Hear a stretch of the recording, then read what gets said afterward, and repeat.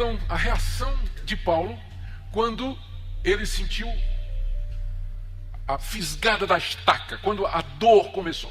A reação de Paulo foi a reação natural que eu e você temos e todos têm diante da dor e do sofrimento quando ele chega. Está aí no verso 8, por causa disso, 3 vezes pedi ao Senhor que o afastasse de mim. Não é errado você pedir a Deus para poupar você do sofrimento e da humilhação, especialmente se ela é intensa ou se dura muito tempo. Então, não é errado. Na verdade, a Bíblia nos encoraja a irmos a Deus e levar a Ele a nossa aflição, a nossa dor, a nossa angústia e a nossa necessidade. O problema é a falsa teologia ou falso evangelho que diz que a vontade de Deus sempre é tirar você do sofrimento. Que a vontade de Deus sempre é fazer você se sentir bem. Que Deus existe para atender às suas necessidades.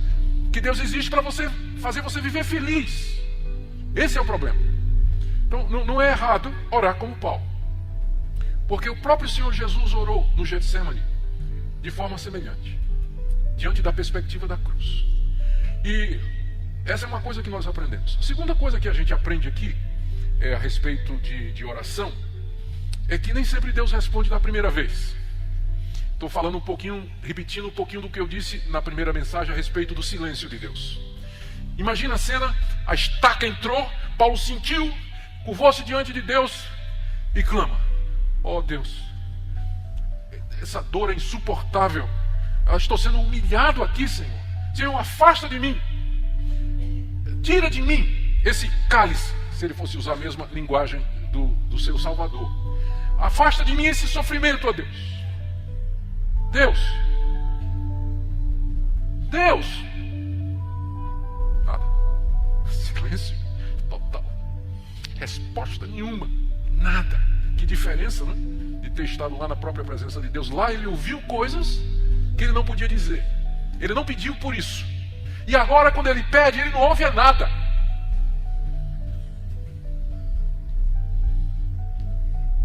Aí ele volta uma segunda vez.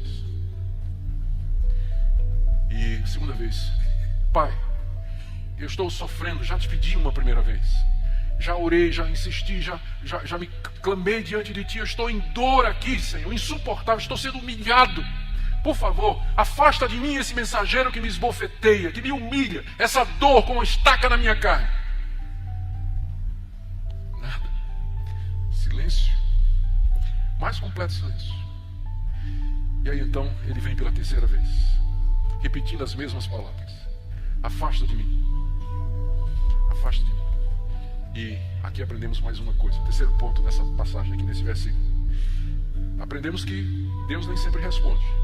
Aprendemos que o silêncio também é resposta. Mas aprendemos também que quando Deus responde, nem sempre Ele dá o que nós queremos. Ao contrário do que essa teologia equivocada ensina aos seus incautos seguidores, que se você orar da maneira certa e apropriada, você vai receber de Deus exatamente o que você está pedindo. Essa chamada confissão positiva foi popularizada na década de 80 por movimentos como Palavra da Fé e outros, que ensinavam, baseados no famoso livro de Kenneth Hagin e também do Paul Yonggi-Cho, A Quarta Dimensão, que se você na oração disser a Deus exatamente o que você quer: eu quero casar com um homem moreno, de olhos azuis e que tem um doutorado em medicina. Porque se você só disser a Deus: Deus, eu quero casar, de repente você não vai gostar do candidato que ele vai mandar. Você pode ter uma surpresa. O Paul Yonggi-Cho, no livro dele, conta a experiência de uma mulher que pediu a Deus que lhe desse uma casa própria e de repente ela herda uma casa de um parente distante na China. Porque não disse a Deus: eu quero uma casa aqui, na minha cidade.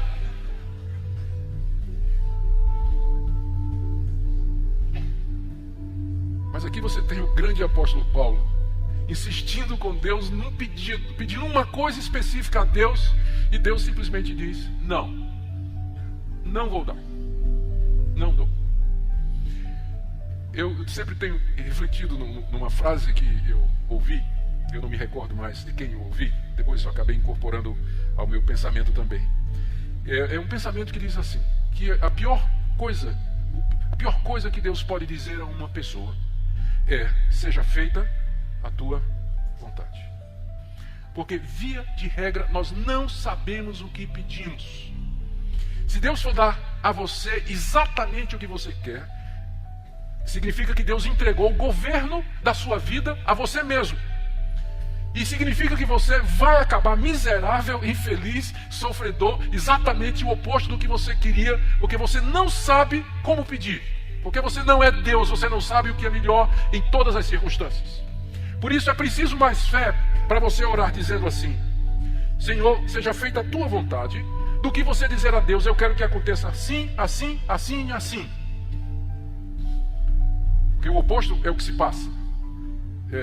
É a ideia que se passa nesses movimentos. Que fé é você dizer a Deus, você declarar, você exigir, você proclamar, né? Você determinar exatamente o que vai acontecer. Isso é que é fé. Mas eu acho que isso não é fé. Fé é você dizer a Deus: a tua vontade seja feita na minha vida. E você está disposto a cumprir essa vontade, qualquer que ela seja. Ficar solteiro, ficar solteira, ser missionário no Afeganistão, ou qualquer outra decisão que Deus tiver para a sua vida. Preciso mais fé para isso do que para você dizer a Deus exatamente o que é que você quer fazer da sua vida. Não estou dizendo que você não pode pedir a Deus coisas específicas. Pode pedir para casar e pode dizer que você gostaria que a mulher fosse assim, assim, assim. Não faz mal. Mas no fundo você vai ter que dizer também: mas seja feita a tua vontade e não a minha. Não é? Seja feita a tua vontade e não a minha. Então, 3 vezes Paulo ora. E finalmente a resposta, quando vem, a resposta é não. E é uma coisa completamente diferente. É inclusive melhor do que Paulo tinha pedido. Paulo pensava que a melhor solução para o seu sofrimento era que o sofrimento cessasse. Mas Deus tinha uma solução melhor. Era dar a sua graça para que Paulo suportasse o sofrimento com o benefício extra da humildade. Essa foi a solução de Deus, muito melhor do que a de Paulo. Se Deus tivesse dado a Paulo o que Paulo queria, Paulo ficaria aliviado, mas cheio de orgulho. Paulo diz: não, Deus, eu tenho uma solução melhor. Eu vou deixar a estaca exatamente onde ela está, mas eu vou te dar a graça para você viver com isso, sua vida toda talvez. Você vai suportar isso, aprender a conviver com isso, aprender a conviver com a dor, com o sofrimento, com a humilhação, com a contrariedade, com a frustração, com a solidão, com a doença, enfim, o que quer que seja que o espinho represente aqui nesse texto para a sua vida. Deus não prometeu tirar o espinho, mas Ele prometeu a graça para você viver com ele. Aqui no caso de Paulo. Algumas vezes Ele tira. É claro, né?